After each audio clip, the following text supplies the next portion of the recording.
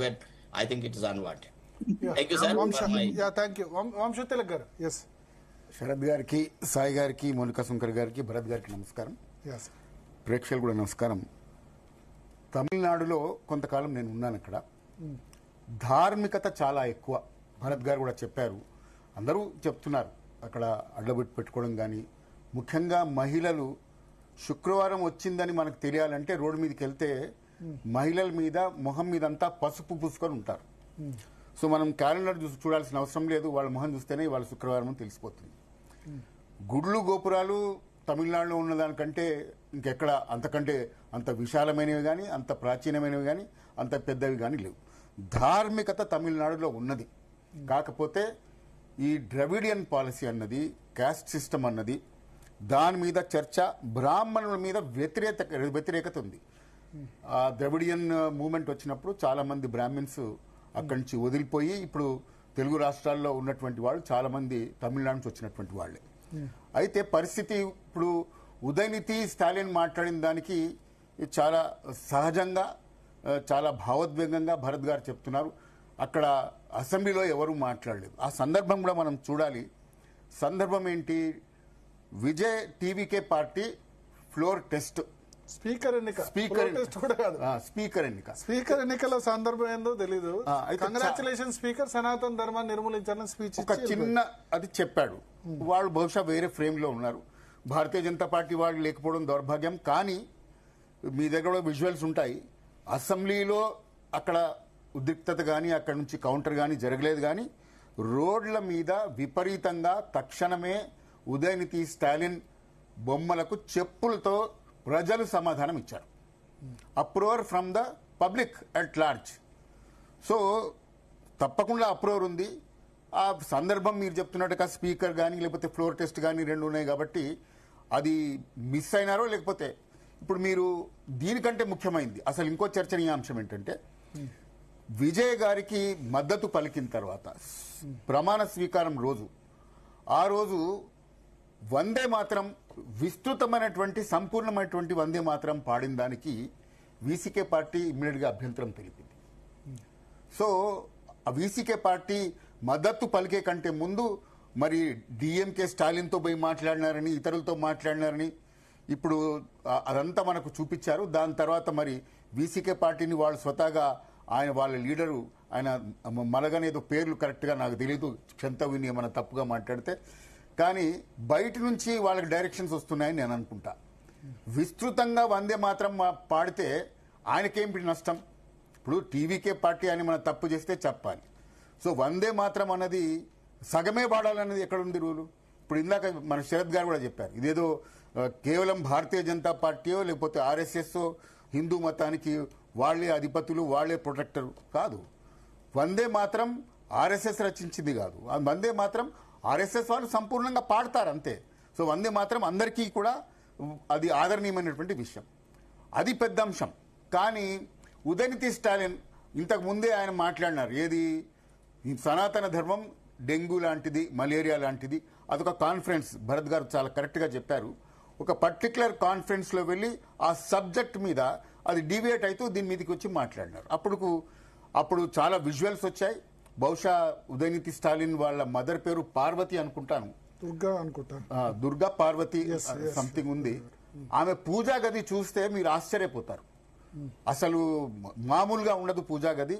చాలా ధార్మికంగా ప్రతి దాంట్లో ఆమె పార్టిసిపేట్ చేస్తుంది, ఆమె పూజలు నిర్వహిస్తూ ఉంటుంది. సో సనాతన ధర్మాన్ని యాక్సెప్ట్ చేయడానికి, దాన్ని పాటించడానికి ఒక వ్యక్తి అయితే, రాజ్యాధికారం పాలిటీషియన్స్కి అందరికీ ఏంటి, రాజ్యాధికారం కావాలి.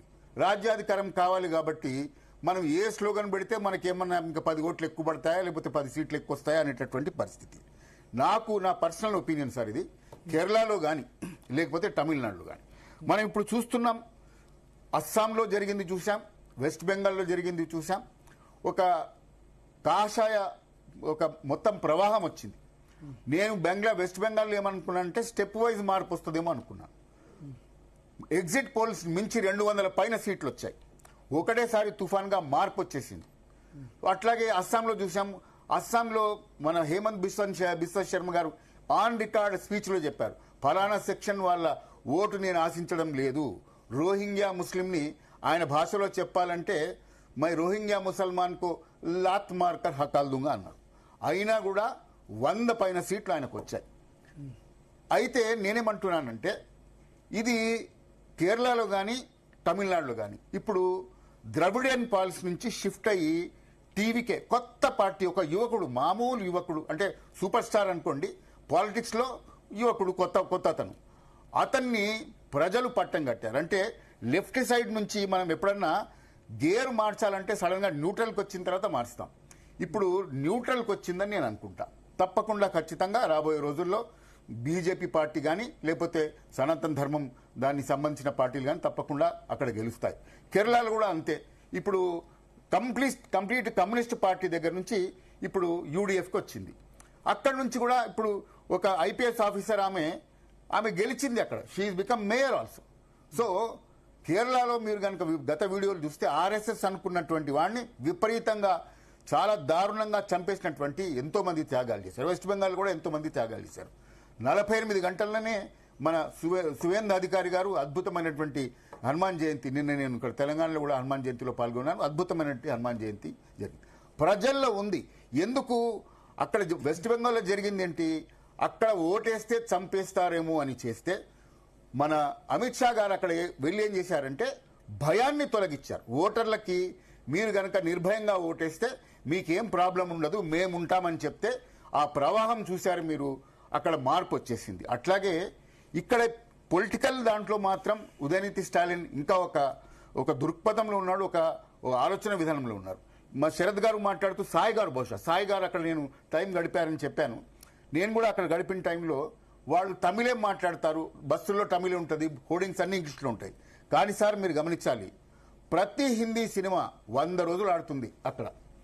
ఎవరుంటారు, నేను పోయి నేను కొంచెం సినిమా ప్రేమిని, అక్కడ పోయి హాల్లో చూస్తే అందరూ తమిళియన్స్ ఉంటారు, అందరికీ హిందీ వచ్చు కానీ మాట్లాడరు. అది ధార్మికత వేరు, జాతీయత వేరు. ద్రవిడియన్ మాకు సపరేట్ దేశం కావాలనుకున్నారు కాబట్టి కొంచెం ఇంకా అక్కడ ఉంది. ఇప్పుడు ఎంజీఆర్ గారు చనిపోయిన తర్వాత ఒక ఎంజీఆర్ గారిని ఒక చిన్న నాయకుడు దాన్ని ఆయనను వ్యతిరేకిస్తే రిక్షా కూడా దొరకని పరిస్థితి. అట్లాగే ఇప్పుడు జాతీయత లేదని నేను అనుకోను. ధార్మికత ఉంది, జాతీయత కూడా ఉంది. ఈ కొంచెం బ్యాలెన్స్ అవుతూ ఈ వైపుకి రావాలి.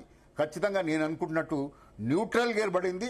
రాబోయే రోజుల్లో ఖచ్చితంగా తమిళనాడు ముందు వస్తుంది, తర్వాత కేరళలో కూడా వస్తుంది ఖచ్చితంగా అని నేను అనుకుంటున్నాను. దాన్ని న్యూట్రల్ పర్సన్ గా మనం చూడొచ్చు అంటారు. విజయ్ కాదు సార్, విజయ్ అన్నది జోసఫ్ విజయ్ అందరికీ తెలుసు. ఆయన ప్రమాణ స్వీకారంలో జోసఫ్ విజయ్ అన్నాడు, బొట్టు పెట్టుకున్నాడు.